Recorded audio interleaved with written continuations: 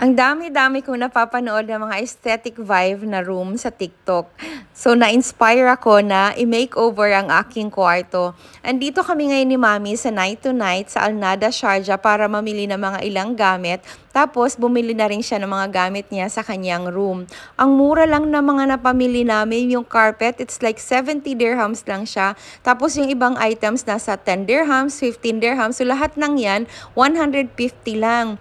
Tapos, nagpunta rin kami ng Alnada Gift Center. Ito yung mga napamili ko. 60 dirhams lang lahat yan. Ang gaganda at ang cute. So, ito na nga. Umpisahan na nating i-makeover ang aking kwarto. Kailangan ko nang tanggalin ang aking carpet. Naka-carpet yan for 2 years. Kaya dapat talagang kuskusin ng bonggang-bongga yung floor kasi binavacuum ko lang naman yung carpet.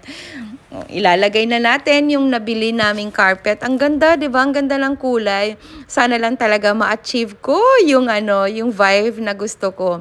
Hindi man totally aesthetic kasi may mga pink-pink pa ako diyan, pero dahan-dahan lang ma-achieve din natin 'yan. So ito na ang resulta. Tadaan!